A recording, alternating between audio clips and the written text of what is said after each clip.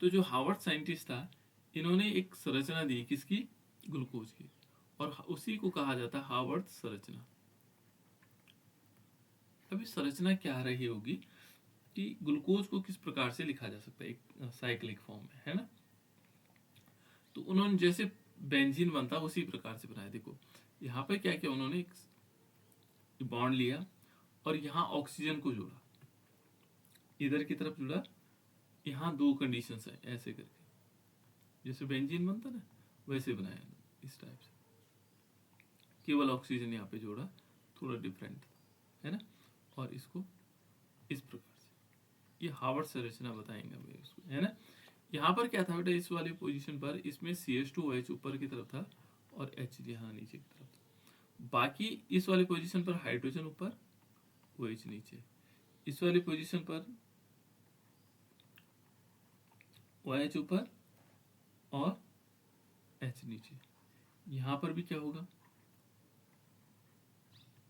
और OH नीचे। इस वाली पोजीशन पर उन्होंने क्या किया, H ऊपर और OH नीचे। ये इसका नाम था, जो इन्होंने कहा कि ये है अल्फा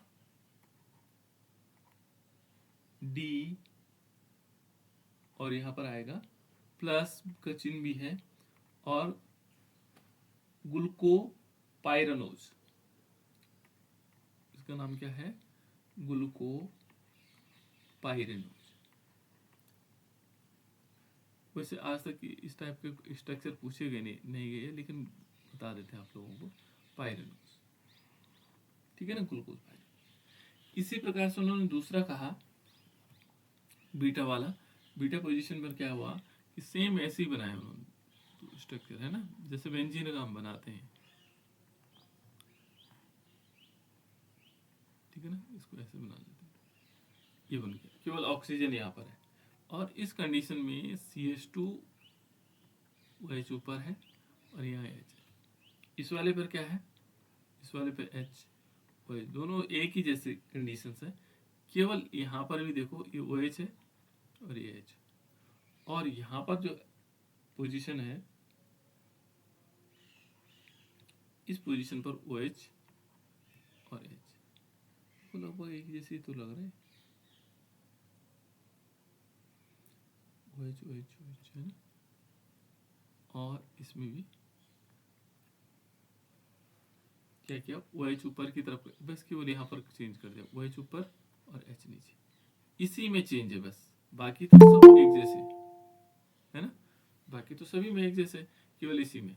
और इसी को कहा उन्होंने beta, beta D plus glucose pyranose. तो इस टाइप से भी क्या होता है बेटा, इसके स्ट्रक्चर होते हैं किसके, बेंजीन, ठीक है ना। आपके पास यदि क्वेश्चन आए तो आप लोग ये भी कर सकते हैं कि ग्लूकोज का ऐसा भी स्ट्रक्चर हो सकता है।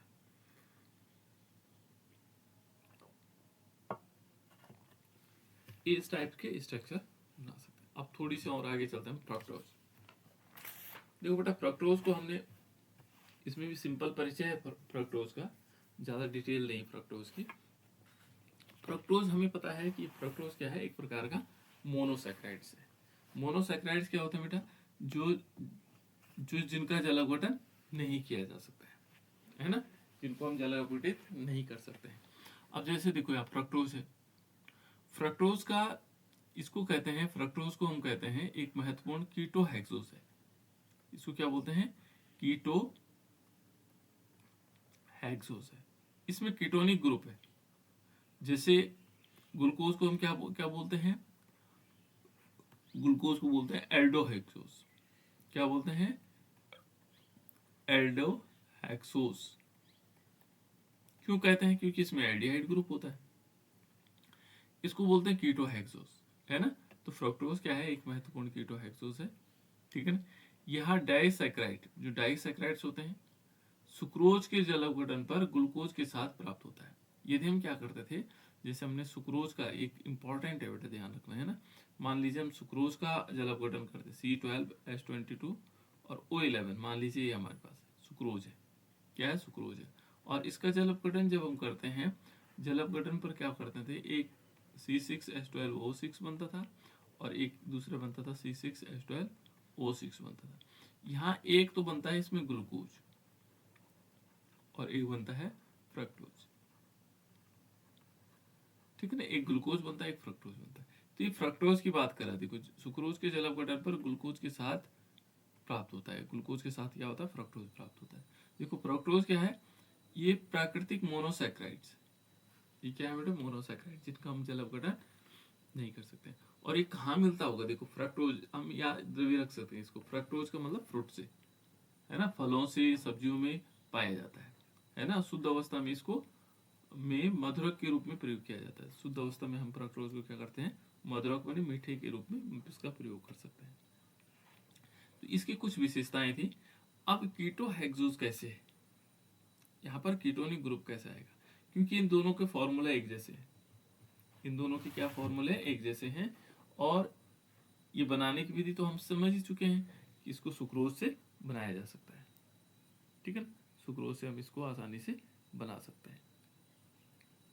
अब इसकी जो इसका यदि हम स्ट्रक्चर देखेंगे तो स्ट्रक्चर कैसे होगा बेटा, इसका ऊपर सबसे टॉप में क्या होगा, CH2 होगा, CH2OH, जबकि जो एल्डोहेक्सोज था उसमें CHO था, है ना। यहाँ पर देखो इज इक्वल टू ए है कीटोन ग्रुप, दूसरी पोजीशन पर CH2, तीसरी पोजीशन पर C होगा और इस तरफ OH लिखा होगा ऐसे, चौथी पोजीशन पर फिर अब OH इस तरफ आ जाएंगे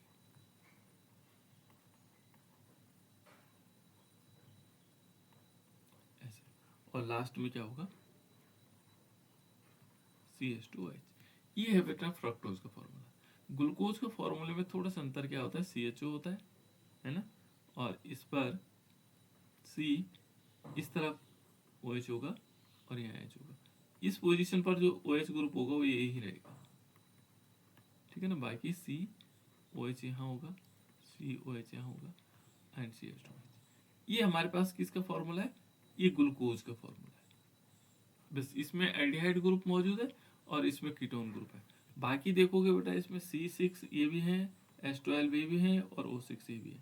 यहाँ पर देखोगे C6 H12 O6 दोनों में बराबर है, लेकिन अंतर क्या है इनमें, अंतर यहाँ पर कीटोन ग्रुप है और ये एल्डिहाइड ग्रुप है। इसलिए इसको क्या बोलते हैं, इसको बोलते हैं कीटोहेक्सोज, कीटोन क्योंकि इसमें कीटो ग्रुप है, कीटोहेक्सोज। और इसको बोलते हैं एल्डोहेक्सोज, इसको क्या बोलते हैं, एल्डो, ये एल्डिहाइड ग्रुप है। तो इस एक कीटोहेक्सोज हो गया और एक एल्डोहेक्सोज हो गया। यहाँ पर कीटोन ग्रुप है, यहाँ पर क्या है, कीटोन है और यहाँ एल्डिहाइड है।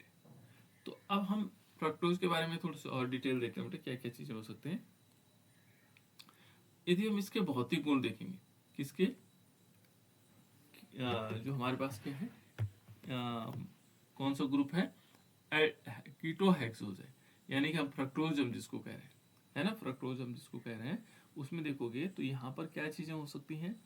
एक तो ये फ्रक्टोज क्या होता है, सफेद क्रिस्टल होते हैं,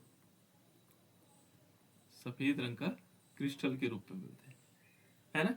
इसका जो गलनांक होता है वो 102 डिग्री सेल्सियस होता है।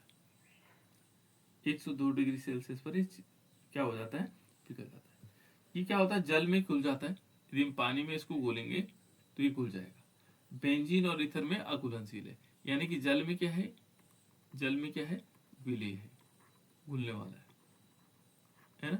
लेकिन जो दूसरे प्रकार के हमारे पास क्या होते हैं, विलायक होते हैं। दूसरे प्रकार के विलायक क्या है, एक तो बेंजीन है, C6H6 बेंजीन हो गया, ईथर हो गया, ईथर भी विलायक है बेटा, वह ईथर, जो ईथर होते हैं वो विलायक होते हैं। ईथर में बीच में O ग्रुप आता है, ध्यान रखना, ये ईथर कहलाता है ना। इसमें क्या होंगे, ये अभिलेय होंगे, घुलेंगे नहीं, इनमें नहीं घुलेंगे, ठीक है ना। ईथर हो गया और बेंजीन में नहीं घुलेंगे, ठीक है ना। और यदि हम सारे शर्कराओं में देखेंगे तो शर्करा में फ्रक्टोज कैसे होता है, मीठा स्वाद होता है इसका, मीठा स्वाद है इसका, स्वाद कैसा है, मीठा, ठीक है। ग्लूकोज के समान क्या दिखाता है, जैसे ग्लूकोज दिखाता है, इसमें ध्रुवणता भी दिखाई देती। ध्रुवण का मतलब प्रकाशिक समावयवी भी है, कैसा समावयवी, प्रकाशिक समावयवी, है ना। इसकी संरचना ऐसे भी हो सकती है जैसे हमने किसको दिखाया था अभी, ग्लूकोज को दिखाया था, है ना। तो ग्लूकोज को भी हमने दिखाया था किस प्रकार से हो सकता है, लेकिन इसकी भी ऐसी संरचनाएं बन सकती हैं। जैसे देखो यहाँ पर ये पायरोनोज की तरह दिखाई देगा, एक दो, सॉरी थोड़ा सा सही बन जाएगा।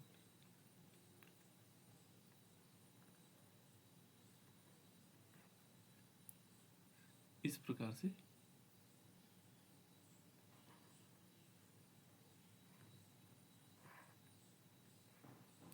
ऐसे करके, है ना। इस पोजीशन पर क्या आएगा, यहाँ पर आएगा CH2 OH, और इस पोजीशन पर हाइड्रोजन। यहाँ पर क्या होगा, ऊपर H लगेगा और नीचे क्या आएगा OH। ये पायरोनोज के फॉर्मेट में है, और यहाँ पर आएगा OH,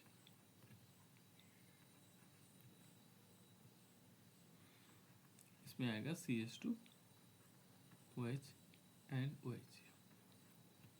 ये पायरोनोज के फॉर्मेट में है ना। ये अल्फा पोजीशन है। और बीटा में क्या अंतर आएगा, यदि हम बीटा पोजीशन को देखेंगे तो बीटा पोजीशन में क्या होगा, बीटा पोजीशन में ये चेंज कर देना, इसको ऊपर वाले यहाँ CH2 नीचे आ जाएगा, ऊपर आ जाएगा, है ना। तो ये क्या है, अल्फा डी वाला। तो इस प्रकार से हमें दूसरी संरचना इसकी हो सकती है। अब डायसैकेराइड्स, इसके बाद होता बेटा, ये सिंपल इतना ही था, इसमें ज़्यादा जानकारी नहीं, ज़्यादा इंफॉर्मेशन नहीं। उसके बाद दूसरा है इसमें माल्टोज। माल्टोज आप लोग जानते हैं, माल्टोज भी क्या है, ये हमारे पास डाइसैकेराइड्स है ना।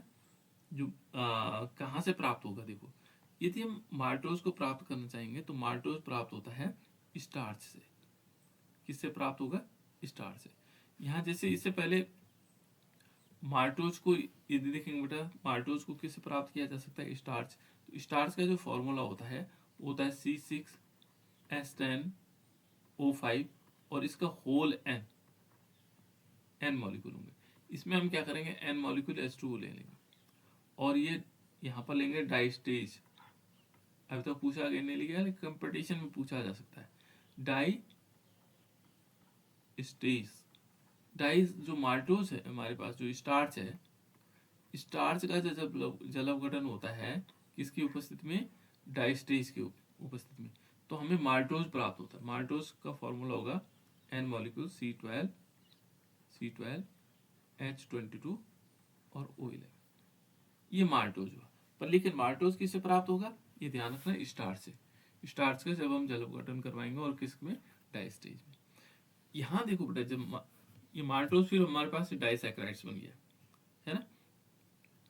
जब ये डाइसैकेराइड बनेगा तो जब हम इसका जलावघटन करवाएंगे माल्टोज का, देखो सुक्रोज का जलावघटन करवाए तो याद रखना, एक ग्लूकोज बनेगा, एक फ्रक्टोज बनेगा।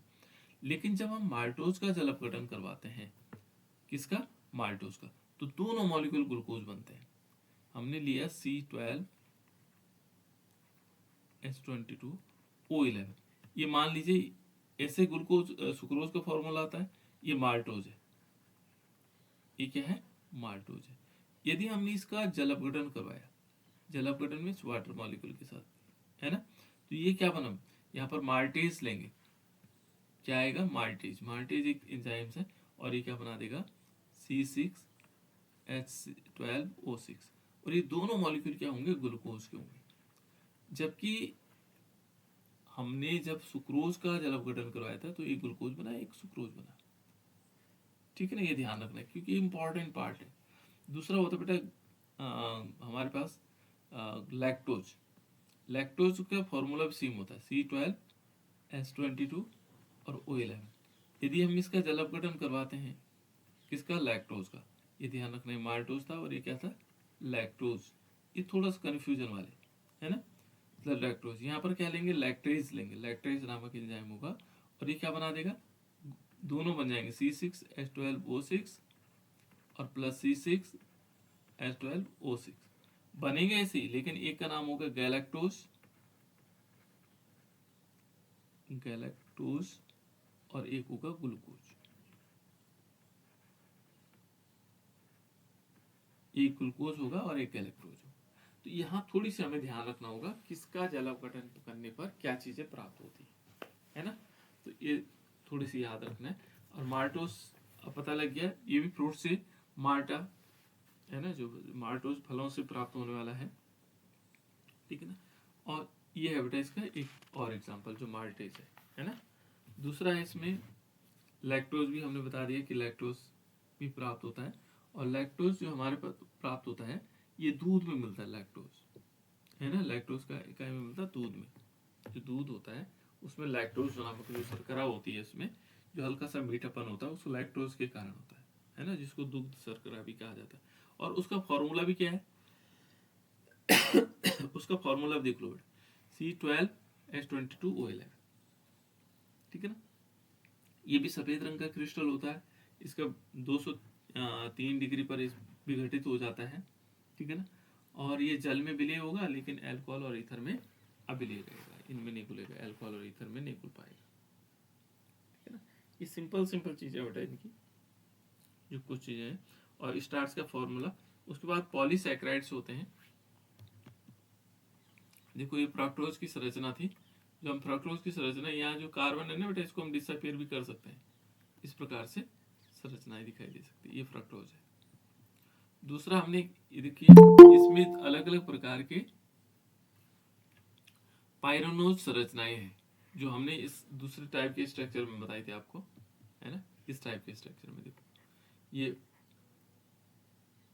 फ्रोक्टो पायरोनोज है, और ये फ्रोक्टो, ये अल्फा पोजीशन वाला, देखो ये बीटा पोजीशन वाला है, और ये अल्फा पोजीशन वाला है।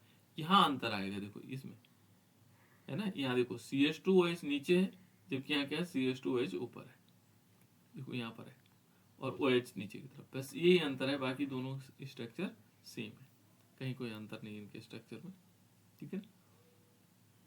भाई यही अंतर है यहाँ पर, बाकी नहीं है। तो ये दोनों क्या है, फ्रक्टोज है, जिनके स्ट्रक्चर इस प्रकार से। डाइसैकेराइड्स को देखो बेटा, डाइसैकेराइड जो है क्या करता है, तनु अम्ल और एंजाइम की उपस्थिति में अपघटन द्वारा क्या बनता है, समान मोनोसैकेराइड बनाते हैं। यदि डाइसैकेराइड होंगे दो अणु बनते हैं, और मोनोसैकेराइड की इकाई क्या होंगी, जल के अणु से जल के निष्कासन के उपरांत बने हुए ऑक्साइड, देखो ऑक्साइड बंध द्वारा जुड़ी रहते हैं। कौन से बंध होते हैं इसमें, ऑक्साइड बंध, ठीक है। देखो एक एक सेंटेंस और है इसमें, परमाणु के द्वारा दो मोनोसैकेराइड्स, जो परमाणु के द्वारा दो मोनोसैकेराइड इकाइयों में इस प्रकार आबंध को क्या बोलते हैं, ग्लाइकोसाइड बंध कहते हैं। अभी इसको ग्लाइकोसाइड्स बंध, ये देखिए ये है ग्लाइकोसाइड्स बंध। मान लीजिए दो हमारे पास ग्लूकोज के, दो ग्लूकोज के अणु हैं। जैसे ग्लूकोज के अणु हम कैसे बनाते हैं, देखो अभी तक तो हमने ऐसे बनाए थे, अभी हम ऐसे बना रहे हैं, देखो ये वाला है ना, यहाँ पर ऑक्सीजन होता है और बाकी ऐसे जोड़ देते हैं। यहाँ पर क्या होगा बेटा, देखो इस प्रत्येक पोजीशन पर यहाँ CH2OH है ना, बाकी हाइड्रोजन नीचे की तरफ होगा।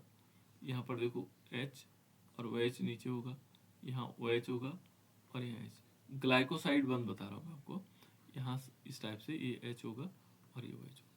लेकिन जो यहाँ पर था ऊपर, देखो ये हाइड्रोजन तो वही है, लेकिन जो CH2 था बेटा वो H2O के रूप में निकल गया। तो यहाँ से क्या हुआ, इसका जो ये ऑक्सीजन है, ये ऑक्सीजन, और दूसरा क्या हुआ, जो दूसरे हमारे पास क्या थे, यहाँ पर क्या होगा, यहाँ पर होगा CH2OH। ये अलग अलग थे हमारे पास, एक बीटा वाला है और एक अल्फा वाला। बीटा वाले का क्या था, यहाँ पर देखो, यहाँ पर OH, यहाँ पर क्या था, H था, यहाँ पर था H, और इसका क्या था CH2OH, है ना।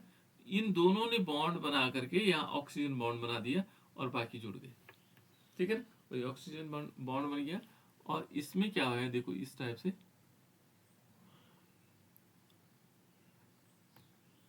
देखो सी अलग अलग है ना दोनों, एक फ्रक्टोज है बीटा और एक अल्फा ग्लूकोज है। तो यहाँ पर क्या होंगे, इन दोनों के मिश्रण से जो बनेगा, ये जो बॉन्ड बना है यहाँ पर, ये बॉन्ड है बेटा ग्लाइकोसाइडी बंध, ग्लाइकोसाइडी बंध, है ना, ग्लाइकोसाइडी बंध। यहाँ पर OH आ जाएगा, यहाँ पर हाइड्रोजन। लेकिन ये जुड़ेंगे कौन, यहाँ पर कौन जुड़ेगा, ये दो जुड़ते हैं, कौन कौन से, एक ग्लूकोज हो गया, एक फ्रक्टोज हो गया। और ग्लूकोज कौन सा, अल्फा डी ग्लूकोज, और फ्रक्टोज कौन सा, बीटा डी फ्रक्टोज, है ना। ये दोनों जुड़ करके इस प्रकार से ग्लाइकोसाइडी बंध बना लेते हैं। ये इंपॉर्टेंट है, ग्लाइकोसाइडी बंध क्या हुए, तो ये इस टाइप से हम इसको बना सकते हैं। देखो यहाँ पर ये कह रहा है ना, देखो इसमें किस प्रकार से ग्लाइकोसाइड बंध को यदि हम देखें, शुरू से देख लो एक बार, कि दोनों मोनोसैकेराइड इकाइयाँ, जो दोनों मोनोसैकेराइड है, ग्लूकोज भी और फ्रक्टोज, जल के एक अणु का निष्कासन के उपरांत एक अणु निकाल देते हैं, है ना, बने ऑक्साइड बंध द्वारा जुड़ी देते हैं। और कौन सा बंध बनता है? ऑक्साइड बंध बनता है, जो मैंने अभी बताया, है ना। परमाणु, ये देखो, परमाणु के द्वारा दो मोनोसैकेराइड इकाइयों में इस प्रकार के आबंध को हम क्या बोलते हैं? ग्लूकोसाइडी बंध कहलाता है। ये है बेटा ग्लूकोसाइड। जब क्या होंगे, दो इकाई मोनोसैकेराइड के जोड़ करके ऑक्सीजन H2O निकाल देते हैं, और फिर क्या होगा, एक प्रकार के बंध बना लेते हैं, और उसको हम क्या बोलते हैं? ग्लूकोसाइड बंध कहते हैं। कह रहा है कि यदि डाइसैकेराइड्स में मोनोसैकेराइड कि अपचयी समूह एल्डिहाइड अथवा कीटोन आबंधित हो तो वह अनअपचयी शर्करा होती है। वो क्या कहलाएगी? अनअपचयी शर्करा कहलाएगी। जैसे एक उदाहरण के लिए, जैसे सुक्रोज, और दूसरी ओर क्या है, और यदि शर्करा का जो प्रक्रियात्मक समूह है से मुक्त हो तो यह अपचयी शर्करा कहलाएगी, है ना। जैसे माल्टोज हो गया, लैक्टोज हो गया, इसके एग्जाम्पल है ना। एक इसके एग्जाम्पल आ जाएगा डाइसैकेराइड। अब देखो बेटे यहाँ पर ये दोनों, ये कह रहा है ना कि देखो ये दोनों मोनोसैकेराइड इकाइयाँ अल्फा डी ग्लूकोज के C1 और बीटा डी ग्लूकोज के C2 के मध्य ग्लूकोसाइडी बंध से जुड़ी होती है। यहाँ पर ग्लूकोसाइडी बंध ये क्या होंगे? इसके द्वारा जुड़े होंगे। थोड़ा थ्योरेटिकल है ये पार्ट, हल्का सा थ्योरेटिकल है। तो यहाँ ग्लूकोसाइडी बंध बन जाएंगे। और देखो ये क्या कहता है कि चूंकि ग्लूकोज और फ्रक्टोज दोनों है ना, एक ग्लूकोज है और फ्रक्टोज, ये दोनों क्या है? अपचायक समूह में ग्लूकोसाइडी बंध का निर्माण में प्रयुक्त होता है, अतः इनको सुक्रोज एक अनअपचयी शर्करा होगी। ये जो सुक्रोज बनेगा वो क्या होगा? अनअपचयी हो जाएगा, ठीक है ना। ये अपचयी तो नहीं होता है। तो यहाँ पर ये इस प्रकार से, यदि हम इस प्रकार का बनाएंगे, इस प्रकार के यौगिक बनेंगे, तो वो क्या होगा? अनअपचयी शर्करा होगा। और ये फॉर्मूला पता है किसका है? ये सुक्रोज का है। यहाँ पर देखोगे तो सुक्रोज का फॉर्मूला है।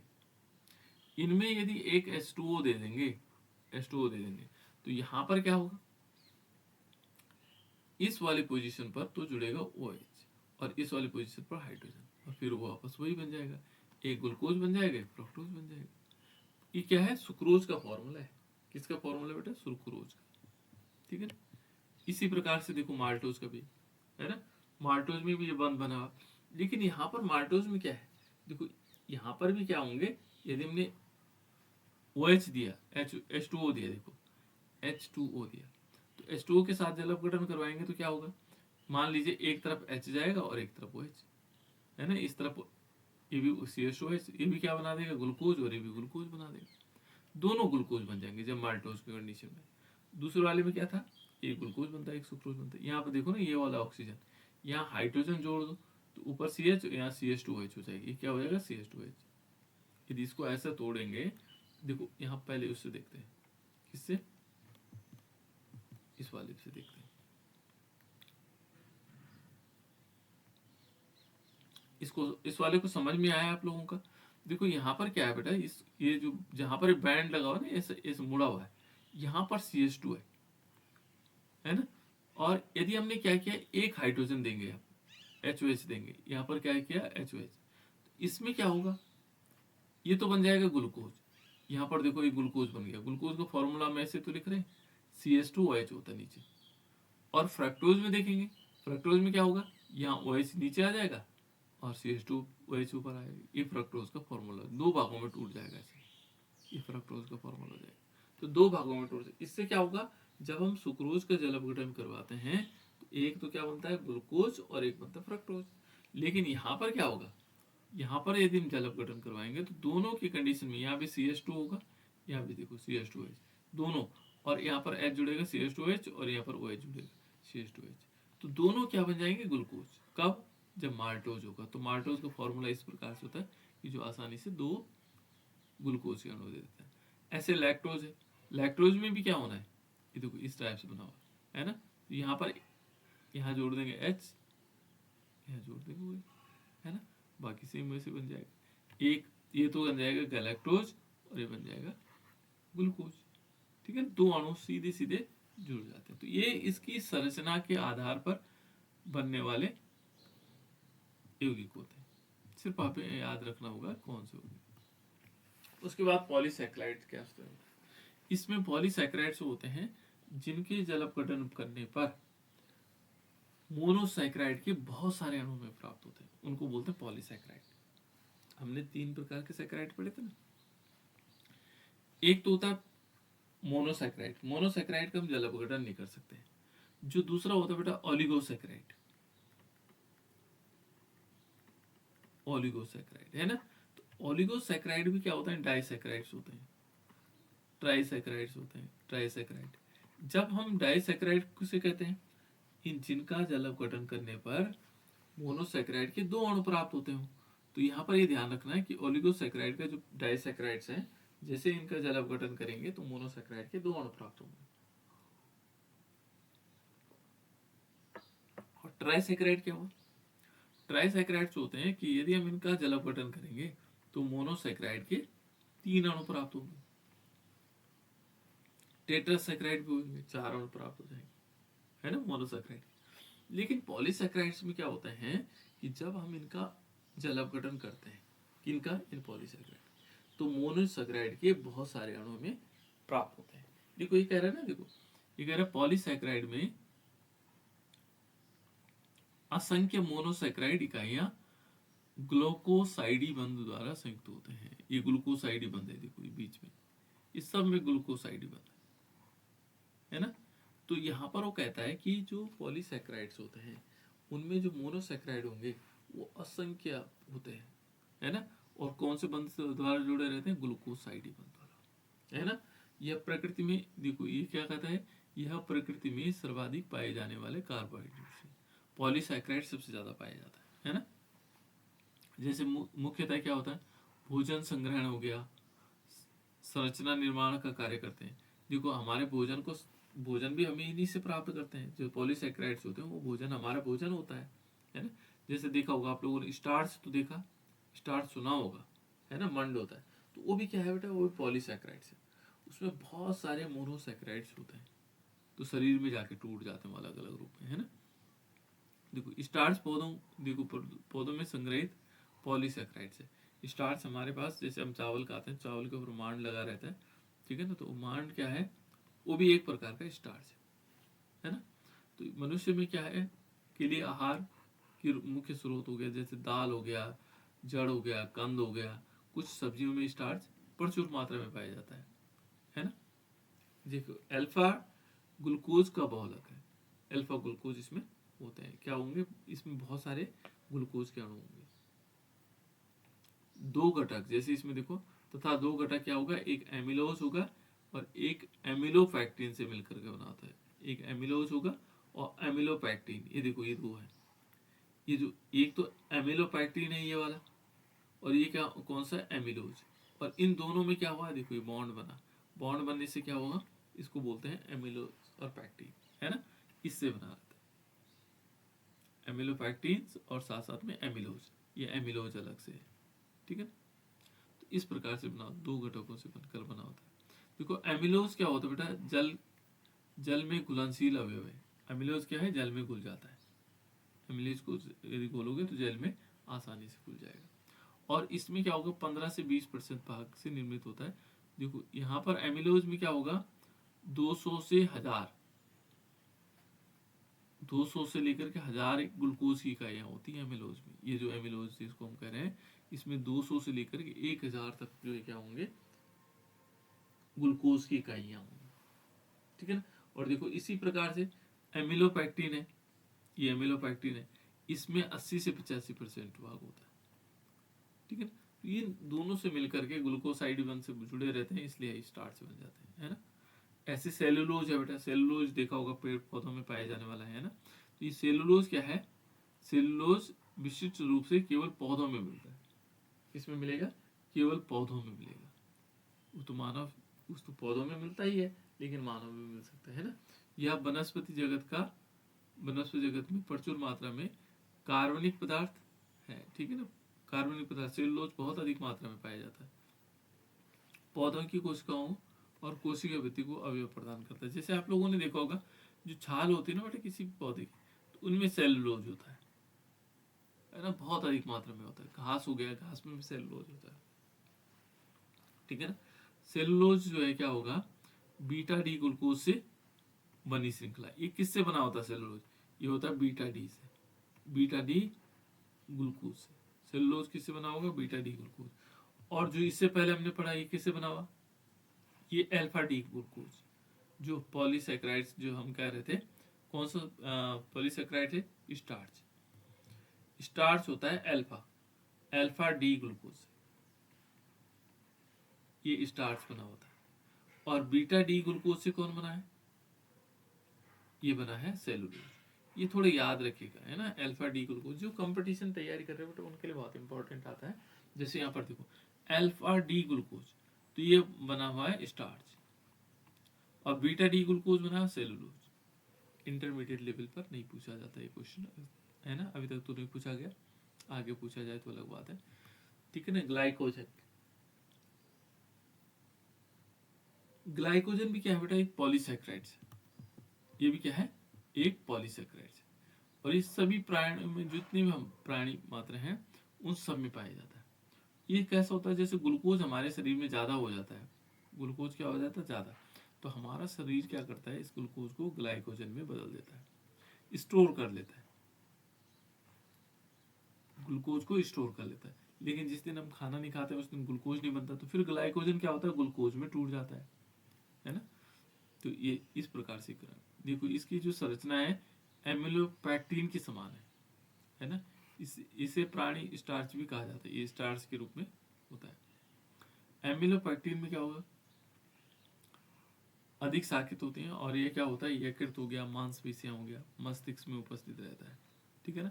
जो ग्लाइकोजन कहाँ रहता है, यकृत में, मांसपेशियों में, मस्तिष्क में रहता है, ठीक है ना।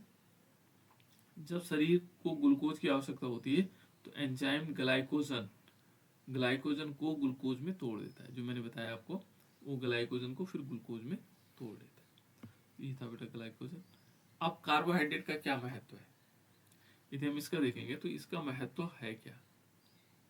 जो कार्बोहाइड्रेट्स होते हैं इनका क्या महत्व हो सकता है, तो यहाँ पर देखोगे तो कार्बोहाइड्रेट क्या होगा, सब जितने भी जीव जंतु होते हैं उनके लिए, जीवन के लिए क्या होता है, कार्बोहाइड्रेट बहुत जरूरी है, ऊर्जा देता है हमें, भोजन के रूप में हमें प्रमुख भाग है हमारा। कार्बोहाइड्रेट यदि नहीं होगा तो हम जीवित रहना हमारे लिए मुश्किल का काम भी रहेगा, है ना। भले अन्य चीजों से प्राप्त हो सकता है, लेकिन कार्बोहाइड्रेट हमारे लिए इसेंशियल है ना।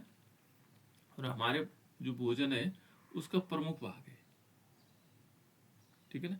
ये हमें तत्कालिक ऊर्जा देता है, तुरंत ऊर्जा भी देता है, ठीक है। और ये स्रोत देखो, जैसे माना कार्बोहाइड्रेट और कहाँ पर होता है, शहद में हो सकता है, शहद का उपयोग भी हम कार्बोहाइड्रेट के रूप में भी कर सकते हैं, है ना। और स्टार्च के रूप में भी होता है, ग्लाइकोजन के रूप में होता है ना, सेलुलोज के रूप में होता है, पौधों में जो पाया जाता है। तो ये अलग अलग प्रकार के हमारे पास क्या है, कार्बोहाइड्रेट्स है, जो हमें क्या करते हैं, ऊर्जा देते हैं। मेन काम है इनका ऊर्जा, ठीक है ना। ये तो हो गया बेटा। तो इस प्रकार से हम इसको कार्बोहाइड्रेट को कंप्लीट मान लेते हैं कि ये कंप्लीट हो गया कार्बोहाइड्रेट। इसके बाद दूसरा पार्ट है बेटा इसमें प्रोटीन। ये बहुत इंपॉर्टेंट पार्ट है प्रोटीन का। तो प्रोटीन क्या होते होंगे, ठीक है ना।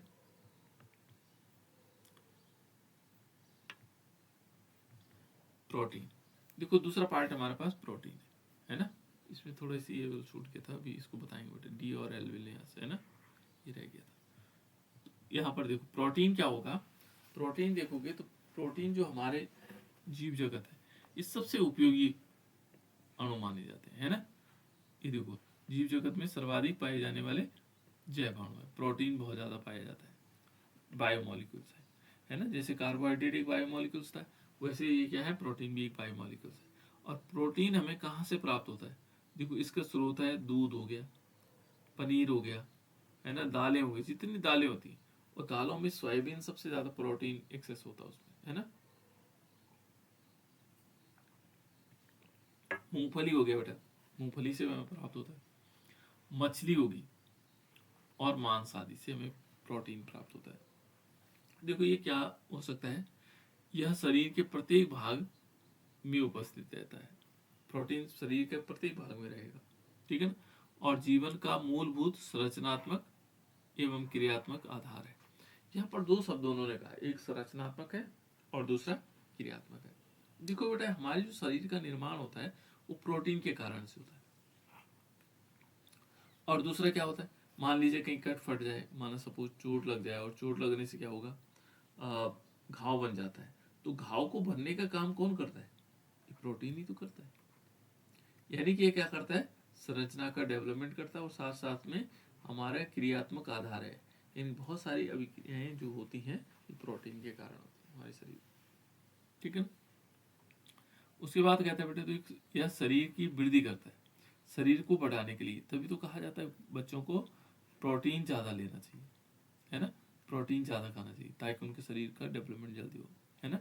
एवं अनुरक्षण के लिए भी आवश्यक होता है। अनुरक्षण में शरीर की रक्षा करने के लिए, एक तो वृद्धि भी करता है और साथ साथ में हमारे शरीर को प्रोटेक्ट करता है। देखो बेटा, प्रोटीन शब्द जो है कि जो कहाँ से मिला था हमें, ये प्रोटियोज से निकला था।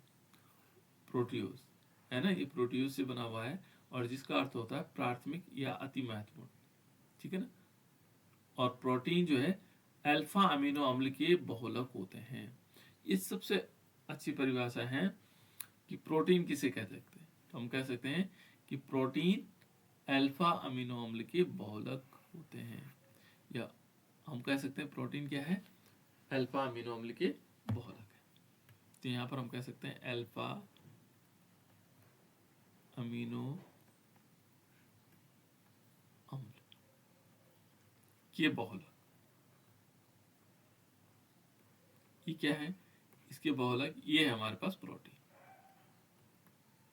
ये है प्रोटीन। अल्फा अमीनो अम्ल के बहुलक होते हैं, पॉलीमर्स होते हैं, ये क्या कहलाएंगे, प्रोटीन कहलाएंगे। बस मेन परिभाषा हमारे लिए ये बन जाएगा।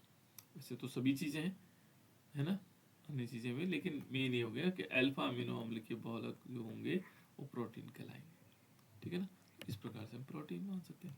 अब अल्फा अमीनो अम्ल क्या हुआ, ये है बेटा अल्फा। इसमें देखो यहाँ पर ये पहला पोजीशन अल्फा पोजीशन होती है, ये अल्फा पोजीशन, और उस पर क्या लगा, अमीनो ग्रुप लगा हुआ, तो इसको हम बोल सकते हैं अल्फा अमीनो, है ना, अल्फा अमीनो।